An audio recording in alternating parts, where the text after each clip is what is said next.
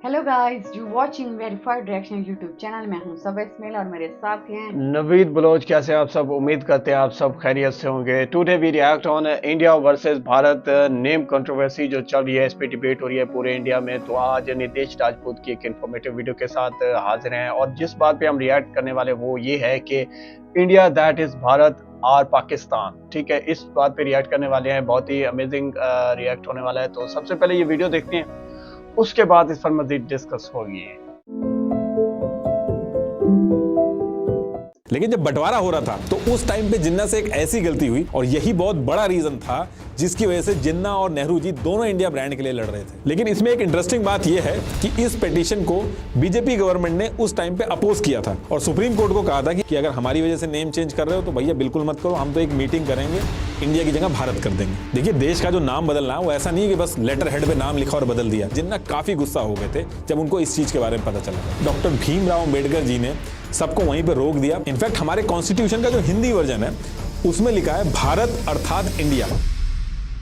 देखिए, आज भी हम में से कुछ लोग समझते हैं कि इंडिया जो नाम है ये ब्रिटिशर्स ने दिया है, जो कि गलत है। लेकिन उससे भी ज्यादा जरूरी ये है कि इंडिया और भारत दोनों नामों में से एक्चुअल नाम कौन सा यूज होना चाहिए, लीगल स्टेटस क्या है इन दोनों का। जब ये दोनों नाम रखे जा रहे थे तो उस पर्टिकुलर टाइम पे पार्लियामेंट के अंदर क्या क्या डिस्कशन हुए और क्यों सिर्फ यही दोनों नाम रखे गए। जिन्ना को क्यों बुरा लग रहा था जब हमने इंडिया नाम यूज किया, ऐसा क्या फायदा हो रहा था उस टाइम पे इंडिया नाम रखने से जो जिन्ना और नेहरू जी दोनों इसके पीछे पड़े हुए थे। और ये जो इंडिया वर्सेस भारत का करंट इश्यू चल रहा है वो है क्या, ये सब आज आपको बहुत ही अच्छे से समझ में आ जाएगा कि हम जिस देश में रहते हैं उसका नाम रखने के पीछे असली वजह क्या है और ये नाम आए कहां से। भारत इंडिया वर्सेस भारत विवाद पर बोले हैं S Jaishankar. India that is Bharat, it is there in the constitution. कल मान लीजिए इस इंडिया अलायंस ने अपना नाम बदल के भारत रख दिया तो फिर भारत भी बदल देंगे। देखिए, सिंधु नदी, इंडिया और भारत के नाम को लेके मल्टीपल स्टोरीज है, लेकिन एक स्टोरी जो है उसको सबसे ऑथेंटिक माना जा सकता है क्योंकि उसका आज की डेट में भी रिटर्न प्रूफ है ऋग्वेद के मंडल 7 और मंडल 10 में। अभी बताऊंगा मैं आपको आगे। तो थोड़ा सा वैदिक एज में जाना पड़ेगा हमें। देखिए, ये है सिंधु नदी जो तिब्बत से निकल के पाकिस्तान वाले एरिया से होते हुए अरब सी में गिरती है। फिर ये यहाँ से झेलम नदी निकलती है, फिर यहाँ से चेनाब नदी निकलती है और ये दोनों आपस में मिल जाती है। और फिर ये निकलती है यहाँ से रावी नदी और ये जो आप देख रहे हैं यहां से निकलती है ब्यास नदी और सतलुज जो है वो यहां से निकलती है। ये पांचों मिलके सिंधु नदी में मिल जाती हैं और ये साइड से यहां से आती है सरस्वती नदी। तो ये टोटल मिलके 7 नदियां हैं। अब ये यहां पे हरियाणा और पंजाब के पास में एक एरिया था और इस एरिया को सप्त सिंधु कहा जाता था। ये जो सप्त सिंधु का रीजन है इसको लेके अलग अलग थ्योरी है। तो एक्चुअल एरिया कौन सा है इसको लेके हर जगह पे आपको कंफ्लिक्ट मिलेगा, इसलिए रफली आपको मैं दिखा रहा हूं। अब क्योंकि यहाँ पे 7 नदियां हैं और सिंधु को मेन नदी माना गया तो इस एरिया को सप्त सिंधु कहा जाने लगा। और सप्त सिंधु जो एरिया था यहाँ पे एक ट्राइब रहती थी, यानी कि जनजाति रहती थी, उसका होमलैंड था ये और उस ट्राइब का नाम था भारता। और इस भारता ट्राइब के जो राजा थे वो थे राजा सुदास। तो ट्राइब जो थी उसका नाम था भारता और जियोग्राफिकल एरिया जहां पे ट्राइब रहती थी उसको बोला जाने लगा सप्त सिंधु। ये चीज याद रखिएगा, यहां से ही इंडिया और भारत दोनों के नाम निकलते हैं। अभी आगे बताऊंगा आपको। अब इसके बाद होता क्या है कि अराउंड 14th सेंचुरी का टाइम था और इस भारता ट्राइब के ऊपर वेस्ट की तरफ से पुरु ट्राइब थी एक, उसने 9 और ट्राइब के साथ मिलकर यानी कि टोटल 10 ट्राइब एक साथ मिलकर इन्होंने भारता ट्राइब पे हमला कर दिया। ये बहुत ही फेमस लड़ाई है, इसको बैटल ऑफ 10 किंग्स के नाम से जाना जाता है। ऋग्वेद के 7th मंडल में जैसा लिखा है वैसा ही स्टेप बाय स्टेप आपको मैं बता रहा हूं। तो ये जो लड़ाई हुई ये रावी नदी के पास में हुई, लेकिन हुआ क्या इसमें कि इस लड़ाई में सप्त सिंधु किंगडम के जो भारतास थे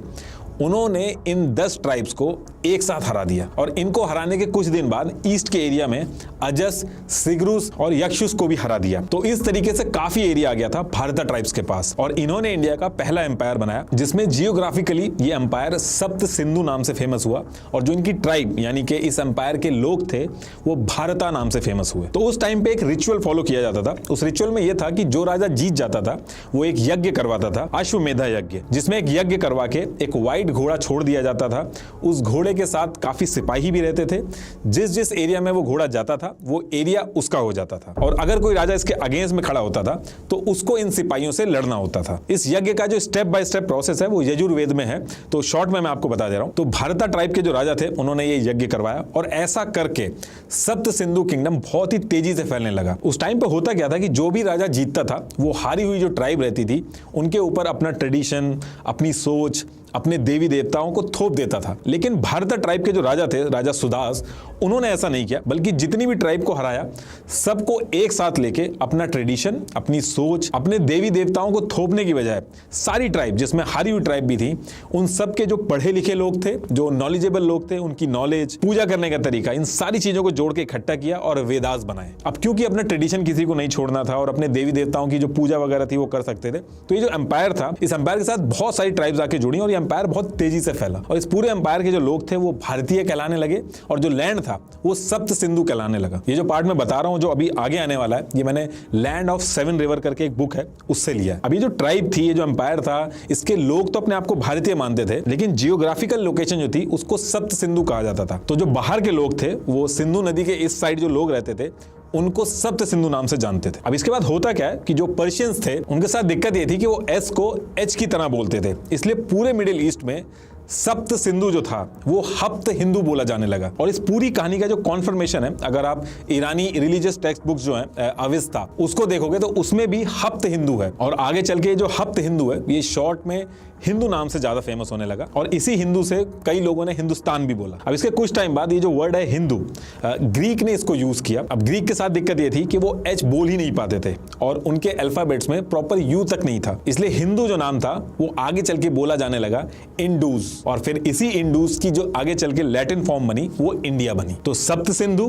पर्शियंस एस नहीं बोल पाते थे तो हप्त हिंदू बना, फिर ग्रीक्स के पास जो एच और यू की दिक्कत आई तो इंडूज बना और फिर इसकी लैटिन फॉर्म जो थी वो इंडिया बनी। तो इसको अगर आप ध्यान से देखो तो इंडिया और भारत वर्ड जो है वो दोनों एक ही जगह से निकले हैं। तो ये जो पूरा आइडिया ऑफ इंडिया है ये किसी बाहर वाले ने नहीं दिया था, बल्कि मिस प्रोनाउंसिएशन की वजह से हुआ था और इसको ब्रिटिशर्स ने भी नहीं दिया था। ब्रिटिशर्स ने भारत की जगह इंडिया वर्ड यूज किया था, लेकिन उन्होंने ये नाम दिया नहीं था खुद से। इसमें एक स्टोरी अगर आप और सर्च करोगे तो वो भी मिलेगी, जिसमें यह है कि इसी ट्राइब से आगे चल के राजा भरत आए और ये क्षत्रिय डायनेस्टी के बहुत ही सक्सेसफुल राजा माने जाते थे। इन्होंने अफगानिस्तान, पाकिस्तान, बांग्लादेश, श्रीलंका, म्यांमार, ईरान के एरिया को एक सिंगल रूल के अंदर कंबाइन करने का काम किया था। तो ये जो इतनी बड़ी जमीन इन्होंने एक्वायर की थी इसको भारत वर्षा भी कहा जाता था, मतलब कि राजा भरत की जो जमीन थी उसको as a single entity represent किया गया। तो ये जो कहानी है ये भी इसका एक्सटेंडेड वर्जन मानी जाती है।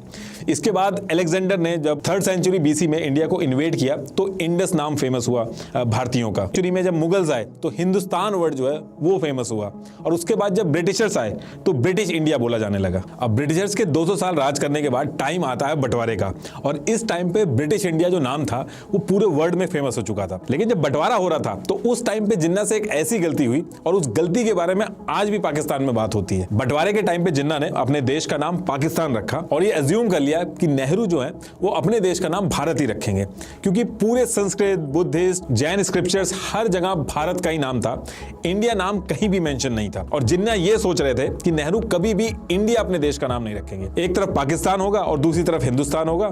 इस अजम्पशन की वजह से शुरू में कोई भी बहस नहीं हुई, लेकिन नेहरू जी ने माउंटबेटन जो थे उनसे पहले से ही बात कर ली थी इंडिया नाम को लेके। अब होता क्या है कि सितंबर 1947 की डेट थी, करीब आजादी से 1 महीने बाद की बात थी। लॉर्ड माउंटबेटन ने मोहम्मद अली जिन्ना को एक आर्ट एग्जीबिशन था उसका ऑनरेरी प्रेसिडेंट बनने के लिए इनवाइट किया और एक बढ़िया सा इन्विटेशन कार्ड भेजा और उस इन्विटेशन कार्ड पे लिखा था ये exhibition dominions of India and Pakistan की है। अब ये देख के जिन्ना बहुत ज्यादा गुस्सा हो गए कि हिंदुस्तान या भारत की जगह नेहरू ने इंडिया नाम ले लिया है। और इसके बाद जिन्ना तुरंत माउंटबेटन को लेटर लिखते हैं कि बड़े अफसोस की बात है कि किसी मिस्टीरियस रीजन की वजह से हिंदुस्तान ने इंडिया वर्ड को अडॉप्ट कर लिया, जो मिसलीडिंग है और ये कंफ्यूजन पैदा करेगा। ये चीज माउंटबेटन ने ऑफिशियली भी कही है कि जिन्ना काफी गुस्सा हो गए थे जब उनको इस चीज के बारे में पता चला था। अब आप कहोगे कि इंडिया नाम में ऐसा क्या था जो जिन्ना और नेहरू जी दोनों लेना चाहते थे। देखिए इतने साल हो गए थे, इंडिया नाम की एक हिस्टोरिकल सुप्रीमेसी कायम हो गई थी, इंडिया एक ब्रांड बन चुका था, इंडियन सबकॉन्टिनेंट की एक हिस्टोरिकल लेगेसी बन चुकी थी इस नाम की। और नेहरू जी का इंडिया नाम अडॉप्ट करना और जिन्ना का पाकिस्तान नाम रखना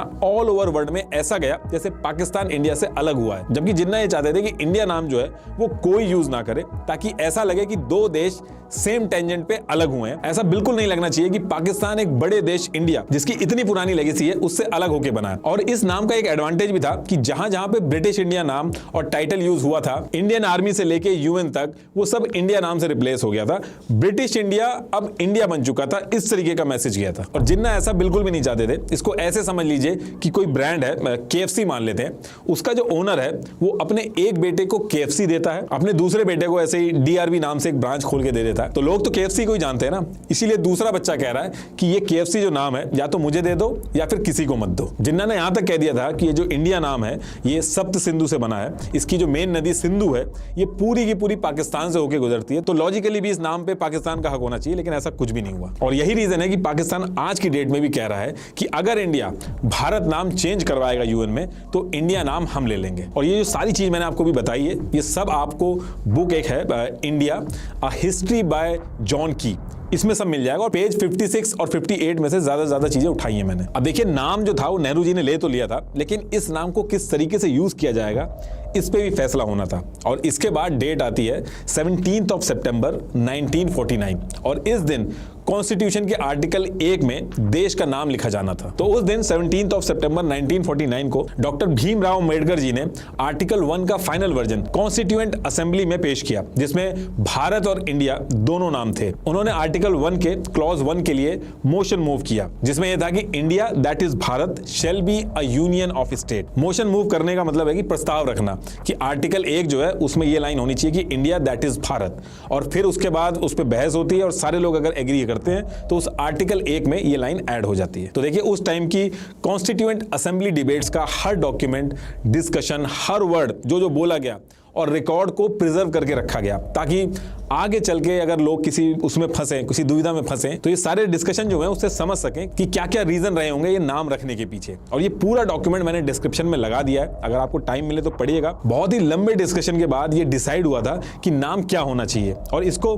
कैसे लिखना चाहिए, कॉमा कहाँ होगा, इंडिया पहले आएगा कि भारत क्या आएगा, ये सारा डिस्कशन उसमें है। तो डिबेट होती है उसमें, और इंडिया दैट इज भारत ये वाला जो मोशन था वो यूनानिमसली यानी कि बिना किसी अपोजिशन के पास हो गया, किसी ने भी इसके खिलाफ वोट नहीं किया, और ये चीज कॉन्स्टिट्यूएंट के आर्टिकल 1 में ऐड कर दी गई। लेकिन ये जो पूरा डिस्कशन हुआ था उस टाइम पे बहुत ही लॉजिकल और इंटरेस्टिंग था। मैं थोड़ा सा शॉर्ट में आपको बता देता हूं। तो जैसे डिस्कशन शुरू होता है उसमें जनता पार्टी के HV कामत जी, इन्होंने कहा कि जब एक बच्चा पैदा होता है तो उसका नया नामकरण होता है, ऐसे हमारा नया देश बना है तो हमारा जो देश है इसका नाम भी भारत, भारतवर्ष, भारत भूमि या भारतीय इस तरीके कुछ होना चाहिए। इसी तरीके से बाकी कुछ लोग भी कह रहे थे कि हिंद या फिर हिंदुस्तान होना चाहिए। तो इस चीज पे डॉक्टर भीमराव अंबेडकर जी ने सबको वहीं पे रोक दिया। उन्होंने कहा कि ये सब जो बातें आप कर रहे हैं कहीं और इंटरेस्टिंग लग सकती हैं, लेकिन अभी जो डिस्कशन चल रहा है वो इंडिया और भारत पे चल रहा है, तो नाम इंडिया या भारत होगा उस पे बात कीजिए। इसमें कांग्रेस के गोविंद दास जी थे, उन्होंने कहा कि इंडिया दैट इज भारत तो ठीक है, लेकिन इसकी जगह Bharat that is known as India in foreign ये होना चाहिए। उन्होंने इसमें यह भी कहा कि भारत माता जय की नारे लगा के हम लोगों ने आजादी की लड़ाई की है, तो ऐसा रहेगा तो ये ज्यादा बढ़िया रहेगा। इसमें कमलापति त्रिपाठी जी ने कहा भारत दैट इज इंडिया ये होना चाहिए, जो आप पहले इंडिया लगा रहे हो ये गलत है। बहस तो बहुत देर तक हुई वोटिंग के टाइम पे, लेकिन सबने इंडिया दैट इज भारत इसके लिए एग्री कर गए, और एक भी आदमी ऐसा नहीं था जिसने इसके अगेंस्ट में वोटिंग की। और उस दिन के बाद से ज्यादातर ये हुआ कि हिंदी में अगर कुछ लिखना होता था तो भारत वर्ड यूज होता था, और जब इंग्लिश में कुछ लिखा जाना था तो उसमें इंडिया वर्ड यूज हुआ। अगर आप पासपोर्ट देखो, कोई लेटर है प्रेसिडेंट का, या फिर इंडियन करेंसी देखोगे, जहां भी हिंदी लिखा हुआ है वहां पे भारत लिखा हुआ है, और जहां पे इंग्लिश है वहां पे इंडिया लिखा हुआ है। इनफैक्ट हमारे कॉन्स्टिट्यूशन का जो हिंदी वर्जन है उसमें लिखा है भारत अर्थात इंडिया, और इंग्लिश वर्जन में इंडिया दैट इज भारत। तो इस चीज को हम लोग एक अनसेड कम्युनिकेशन में फॉलो करते आए हैं। तो कहने का मतलब यह है कि उस दिन से आज तक भारत और इंडिया ये जो दोनों नाम है कोई भी यूज किया जा सकता है। अब भारत और इंडिया का जो नाम है इसको लेके 2016 तक कोई डिस्कशन नहीं हुआ, कोई दिक्कत नहीं हुई, लेकिन मार्च 2016 में एक PIL डली सुप्रीम कोर्ट के अंदर कि इंडिया का नाम बदलकर भारत कर दो। इस PIL को चीफ जस्टिस TS ठाकुर और जस्टिस UU ललित ने सुना, और PIL सुन के जिसने पिटीशन डाली थी उसको एक तरह से फटकार लगाई। जस्टिस ठाकुर ने कहा कि कोई अथॉरिटी, कोई स्टेट हो, कोई कोर्ट हो, किसी के पास ये पावर नहीं है कि वो ये तय करे कि किसको क्या बोलना चाहिए। लोग अपनी मर्जी से ये तय कर सकते हैं कि उनको भारत बोलना है या फिर इंडिया। लेकिन इसमें एक इंटरेस्टिंग बात यह है कि इस पिटीशन को बीजेपी गवर्नमेंट ने उस टाइम पे अपोज किया था, और सुप्रीम कोर्ट को कहा था कि ऐसे कोई सर्कमस्टांसेस नहीं बदले हैं कि हमको कॉन्स्टिट्यूशन अमेंड करके देश का नाम बदलने के बारे में सोचना पड़े। इसके बाद 2020 में फिर से पिटीशन डाली गई, लेकिन इस बार क्या हुआ कि सुप्रीम कोर्ट ने सुनने से ही मना कर दिया, तो वो बात भी आई गई होगी। अब इसके 3 साल बाद यानी कि 2023 करंट सिचुएशन में आते हैं। तो जून 2023 के बाद आपको ऑलरेडी पता ही होगा कि 28 पॉलिटिकल पार्टीज पटना, बैंगलोर, मुंबई में 3 मीटिंग करती हैं और एक अलायंस बनाती हैं Indian national developmental inclusive alliance, that is India. और इसका पर्पस ये था कि 2024 का जो इलेक्शन है उसमें ये लोग मिलकर लड़ेंगे। तो ये सारी चीजें चलती रहती हैं, लेकिन 31 अगस्त 2023 को पार्लियामेंट मिनिस्टर जो है वो एक ट्वीट करते हैं और उस ट्वीट में लिखा था कि इस बार सेशन ऑफ पार्लियामेंट बुलाया जा रहा है और उसकी जो डेट होगी वो 18 सितंबर 2023 से 22 सितंबर 2023 तक रहेगी। अब देखिए, जब तक कोई बड़ा मुद्दा ना हो, पार्लियामेंट का जो स्पेशल सेशन है ऐसे लाया नहीं जाता है। कुछ ही महीने में रेगुलर पार्लियामेंट्री सेशन जो है वो भी होने वाले थे। तो अचानक से इस ट्वीट के बाद ट्रेंड चलने लगे ट्विटर पे, मीडिया में हल्ला होने लगा, डिस्कशन होने लगे, डिबेट होने लगे। किसी ने कहा कि वन नेशन वन इलेक्शन होगा, किसी ने यूसीसी की बात की और अलग अलग गेस करने लगे लोग। और ज्यादातर लोग ये गेस कर रहे थे कि ये जो वन नेशन वन इलेक्शन है इसी की वजह से स्पेशल सेशन जो है वो रखा गया है। अब 31 अगस्त को ये ट्वीट आता है और 9 से 10 सितंबर तक G20 होना था। तो जब G20 होता है तो जितने भी इंडिया के नेता होते हैं उनको प्रेसिडेंट ऑफ इंडिया जो है वो इन्विटेशन भेजते हैं। अब क्योंकि इन्विटेशन जो है वो प्रेसिडेंट भेज रहे हैं तो उनका नाम भी उस इन्विटेशन कार्ड में होता है। तो हमारे देश के जो प्रेसिडेंट हैं उन्होंने जो इन्विटेशन लेटर भेजा था वो आउट हो गया था और उसके आउट होते ही वायरल हो गया वो इन्विटेशन जो था। प्रेसिडेंट ऑफ इंडिया की जगह प्रेसिडेंट ऑफ भारत लिखा था उसमें और सब में हल्ला हो गया कि कोई वन नेशन वन इलेक्शन की बात नहीं हो रही है। ये लोग ये जो स्पेशल सेशन है इसमें देश का नाम ही चेंज कर देंगे। और मोदी जी जब G20 में बैठे थे तो आप लोगों ने देखा होगा कि उस टेबल के ऊपर इंडिया की जगह भारत लिखा हुआ था। तो इस पे और हल्ला होने लगा। अब इस पे ऑपोजिशन ने ये कहा क्योंकि हमने अभी हाल ही फिलहाल में इंडिया नाम से एक अलायंस बनाया था, उसकी वजह से ये लोग इंडिया का जो नाम है वही चेंज कर देंगे। और साथ में ये भी कहा कि अगर ऐसा कर रहे हो तो बिल्कुल मत करना, क्योंकि अगर आप भारत नाम चेंज करोगे तो हम जो अपने अलायंस का नाम है वो भारत कर देंगे। तो एक ट्वीट और एक इनविटेशन लेटर जो था उसकी वजह से पूरे देश के अंदर इतनी बड़ी डिबेट स्टार्ट हो गई कि देश का नाम इंडिया होना चाहिए या फिर भारत होना चाहिए। इस पे दोनों तरफ से अलग अलग तरीके से डिबेट शुरू हो गई कि आर्टिकल 1 में इंडिया दैट इज भारत लिखा है तो इसका मतलब दोनों नाम यूज हो सकते हैं। किसी ने कहा नहीं इंडिया यूज होगा, अलग अलग डिबेट शुरू हो गई। तो देखिए, कॉन्स्टिट्यूशन में इंडिया दैट इज भारत है, अगर हिंदी वर्जन देखोगे तो भारत अर्थात इंडिया, ये दोनों नाम इंटरचेंज होके बड़े आराम से यूज हो सकते हैं। जिसका जो मन करे वो यूज कर सकता है। लेकिन दिक्कत तब आती है अगर कोई ये कहे कि सिर्फ इंडिया ही नाम होना चाहिए या फिर ये कहे कि सिर्फ भारत ही नाम होना चाहिए। अगर गवर्नमेंट ने ये सोच लिया कि इंडिया को पूरी तरीके से हटा के भारत करना होगा तो उसके लिए कॉन्स्टिट्यूशन में बदलाव करने होंगे। और अगर गवर्नमेंट चाहे तो बड़े आराम से ये चेंज हो सकता है, मतलब कि इंडिया पूरी तरीके से हटके उसका नाम भारत हो सकता है। लेकिन उसके लिए करना क्या क्या होगा? देखिए, उसके लिए गवर्नमेंट को आर्टिकल 1 में अमेंड करना होगा, एक बिल लाना होगा। लेकिन ये जो बिल होगा ये नॉर्मल बिल की तरह पास नहीं होगा। तो होता क्या है कि पार्लियामेंट के अंदर अगर कॉन्स्टिट्यूशन के अंदर अगर कोई अमेंडमेंट करने हैं तो आर्टिकल 368 के हिसाब से दो तरीके होते हैं। तो पहला सिंपल मेजोरिटी अमेंडमेंट और दूसरा होता है स्पेशल मेजोरिटी अमेंडमेंट। मान लो अगर कोई नया स्टेट बनाना है या फिर किसी स्टेट की राज्यसभा की सीट है उनको बढ़ाना है तो ये सब एक सिंपल मेजोरिटी अमेंडमेंट जो है उससे हो जाता है। इसमें बस इतना चाहिए होता है कि 50% पार्लियामेंट का सपोर्ट चाहिए होता है। लेकिन स्पेशल मेजोरिटी अमेंडमेंट के केस में क्या होता है, 2/3 यानी कि 66% पार्लियामेंट के लोग सपोर्ट में होने चाहिए। तो अगर भारत नाम रखना है तो ये दूसरा वाला स्पेशल मेजोरिटी अमेंडमेंट ये चलेगा, मतलब कि 66% पार्लियामेंट सपोर्ट में होना चाहिए। और एक्सपर्ट का ये भी कहना है कि देश का नाम जब भी चेंज होगा तो उस केस में आधे जो स्टेट हैं उनका भी अप्रूवल चाहिए होगा। ये सारी चीजें देख के पाकिस्तान भी इसमें घुसा। पाकिस्तान की हिस्टोरियन है आयशा सिद्दीका, इन्होंने कहा कि अगर इंडिया ऐसा करेगा तो पाकिस्तान की एक लंबी जो इच्छा है ना उसका नाम इंडिया रखने की वो पूरी हो जाएगी। और इधर इंडिया एयरलाइंस के जो नेता हैं वो भी ये कह रहे हैं कि अगर हमारी वजह से नेम चेंज कर रहे हो तो भैया बिल्कुल मत करो, हम तो एक मीटिंग करेंगे, इंडिया की जगह भारत कर देंगे। अब देखिए, इसमें ऐसा नहीं है कि इंडिया पहली कंट्री होगी जिसने अपने देश का नाम चेंज कर दिया है। 1989 में बर्मा ने म्यांमार कर दिया अपने आप को। जनवरी 2020 में हॉलैंड के दोनों नॉर्थ और साउथ रीजन को नीदरलैंड में मर्ज कर दिया गया था। 19th सेंचुरी में ब्रिटिश एम्पायर ने जो श्रीलंका है अभी उसका नाम सिलोन कर दिया था, बाद में उसको चेंज करके फिर से श्रीलंका कर दिया गया। 1935 में पर्शिया की सरकार ने पर्शिया को ईरान बुलाया। द फ्रेंच रिपब्लिक अपने आप को फ्रेंच कहलाता है। देखिए, नाम तो बहुत बार चेंज हुए हैं, लेकिन इसके साथ साथ एक और इंटरेस्टिंग फैक्ट है कि जो बहुत बड़ी बड़ी कंट्रीज हैं उनके जो नाम है वो भी उनकी कंट्री के नाम नहीं है, वो नाम भी उनको दिए गए हैं। जैसे कि अमेरिका, ब्रिटेन, जर्मनी, ये इनके ओरिजिनल नाम नहीं है, इनको जिन्होंने कॉन्कर किया था उन्होंने ये नाम दिया। दिए थे। तो देखिए, इंडिया का जो नाम है वो चेंज तो हो सकता है, लेकिन अगर नाम चेंज होता है तो उस केस में दिक्कत क्या क्या आएगी। देखिए, कंट्री का जो नाम है वो एक ब्रांड की तरह वर्क करता है और रिसर्चर जो है इसको कंट्री ब्रांड इक्विटी से कैलकुलेट करते हैं। फिलिप कॉटलर और डेविड, इनके रिसर्च पेपर के हिसाब से एक कंट्री का जो नाम होता है वो किसी भी प्रोडक्ट की वैल्यू को बढ़ाता या घटाता है। जैसे कि हम अगर कोई मेड इन स्विट्जरलैंड का प्रोडक्ट खरीदें तो उसकी जो ब्रांड वैल्यू है वो मेड इन पाकिस्तान की ब्रांड वैल्यू जैसी नहीं होती है। तो कंट्री का जो नाम है वो एक ब्रांड की तरह बन जाता है और जो उस कंट्री के प्रोडक्ट्स होते हैं उन प्रोडक्ट्स को बाकी देश में हेल्प करता है और कस्टमर के जो परचेजिंग डिसीजंस हैं उनको इन्फ्लुएंस करता है। जब लोग किसी देश का नाम लेते हैं तो उससे उन लोगों के मन में उस देश की जो इमेज होती है वो एक्टिवेट हो जाती है और ये लोगों के परचेज करने के, इन्वेस्ट करने के, ट्रैवल करने के और किसी देश में जाके बसने के डिसीजन को भी इन्फ्लुएंस करता है। इसलिए जब भी किसी कंट्री का नाम चेंज होता है तो उसकी इकोनॉमी, इंपोर्ट, एक्सपोर्ट, हर चीज पे असर पड़ता है। आर्मी की यूनिफॉर्म से लेके करेंसी तक हर चीज बदलनी पड़ती है। और जो एक्सपर्ट्स हैं इस फील्ड के, उनका ये कहना है कि जो कंट्रीज नाम चेंज करती हैं ये उन कंट्रीज के लिए सही रहता है जिनकी बदनामी हुई हो, लेकिन जो बड़े और अच्छी इमेज वाले देश हैं वो जब नेम चेंज करते हैं उनको नुकसान होता है। और यही रीजन है कि जर्मनी, ब्रिटेन, अमेरिका, जिन्होंने इनके ऊपर रूल किया उन्होंने ही ये नाम दिए उनको, लेकिन उसके बाद भी इन बड़ी कंट्रीज ने वो नाम चेंज नहीं किया। इनफैक्ट मैं अगर इंडिया का भी एग्जांपल लूं तो बंगाल जो है उसके पार्टीशन हुए कितने साल हो गए। जो ईस्ट बंगाल था वो आज की डेट में बांग्लादेश हो चुका है, लेकिन इंडिया वाला जो वेस्ट बंगाल है वो अभी तक उसने अपना नाम चेंज नहीं किया, क्योंकि बहुत सारे कॉम्प्लिकेशंस हैं। नाम जब चेंज होता है तो इंटरनेशनल, नेशनल, स्टेट, डिस्ट्रिक्ट और लोकल लेवल पे चेंज होता है। और इंडिया के अंदर नाम चेंज करना बाकी कंट्रीज के कंपैरेटिवली और ज्यादा मुश्किल है, क्योंकि ये दुनिया का सबसे डाइवर्स नेशंस में से एक है।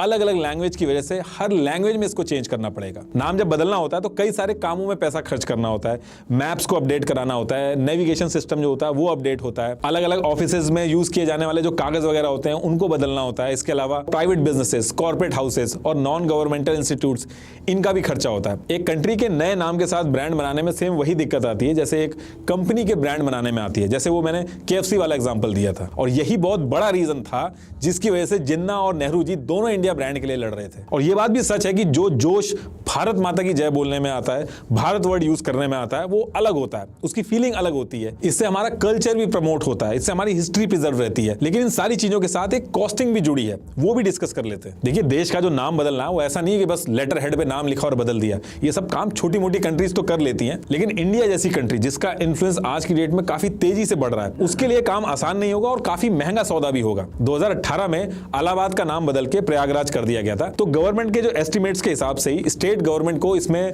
300 करोड़ रुपए खर्च करने पड़े थे। 2018 में एक अफ्रीकन कंट्री थी स्वाजीलैंड, इसने अपना नाम चेंज करके स्वातिनी रख लिया था। साउथ अफ्रीका के intellectual property lawyer Darren Oliver ने इसको एक कॉर्पोरेशन से कंपेयर करके कितना पैसा लगा एक देश को नेम चेंज करने में, उसको कैलकुलेट करने का एक मॉडल बनाया। इस मॉडल के हिसाब से एक बड़ी कंपनी की एवरेज मार्केटिंग कॉस्ट उसके टोटल रेवेन्यू की 6% के आसपास होती है, और जो रीब्रांडिंग कॉस्ट है वो ओवरऑल मार्केटिंग बजट का 10% हो सकती है। तो ये जो मॉडल है, इस मॉडल को उठा के आउटलुक मैगजीन ने इंडिया नाम चेंज को एनालाइज किया और उनके हिसाब से इंडिया का नाम बदलने में कम से कम 14,000 करोड़ रुपए का खर्चा आएगा। इंडिया की टोटल रेवेन्यू रिसिप्ट्स जो है वो 2022 से 2023 में 23.84 लाख करोड़ रुपए में थी। तो इस मॉडल को अगर हम लगाएं तो उसके हिसाब से 14,034 करोड़ तो कम से कम खर्चा होगा ही।